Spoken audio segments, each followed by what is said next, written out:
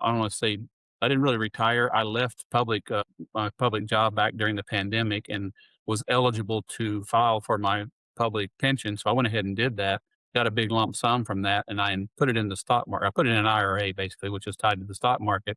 This was in 2021, and 2 weeks after I put it in, the Ukraine war started, and I lost 12% 2 weeks after I put it in. And Well, I was like, but did wow, you lose it? I mean, I know it went down, but did it right. rebound? It did. I had took a Okay. year and a half to get back to where I was at, but, I started, and I've been involved off and on in day trading in the stock market. I understand how the stock market works and that kind of thing, but, just that kind of volatility was something that, I know people say, you get involved with it, you don't look at it because of that volatility, but then, there's really not a lot of tax advantages for being in the stock market. But once you find out about multifamily, you find out not only you can get cash flow from it, you can get a huge upside from it. There's tax shelter in it, there's just not another investment that gives you all of those things all in one. And so just made much more sense to me. And so I took all of my money out and put it in a self-directed account. It's still in the self-directed IRA, but I put all that IRA into real estate. So I'm so I use that to get Exactly. into I'm into 2,200 units now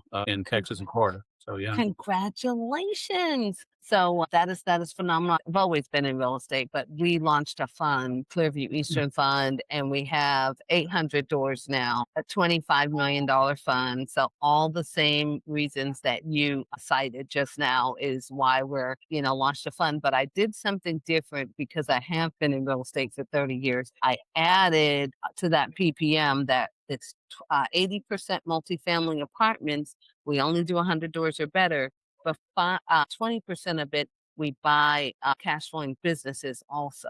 Okay. So that kind of offsets. We get the big tax advantages on the multifamily, but Okay. then on the we're seeing the bigger upside and more consistent, larger cash flows on the business Right. acquisitions. Right. Love your journeys. How many units do you buy typically, or the deals that you want to get into? Are they usually over 100 doors or are they smaller? So right now our buy box is basically about 50 to 60 up to about 120 right now. It's kind of where we're focused.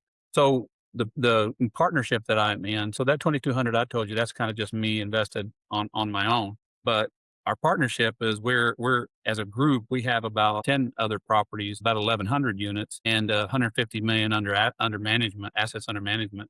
And all of those properties, Congratulations. some of them are a little oh, thanks. Some of those are a little smaller, some of them a little larger than that. And most recently, in fact, we haven't even closed on it yet. We're going to be closing on it in the next couple of weeks as a 106 unit apartment complex in St. Louis, Missouri. So St. Louis, Missouri. That I'd be interested in hearing your underwriting.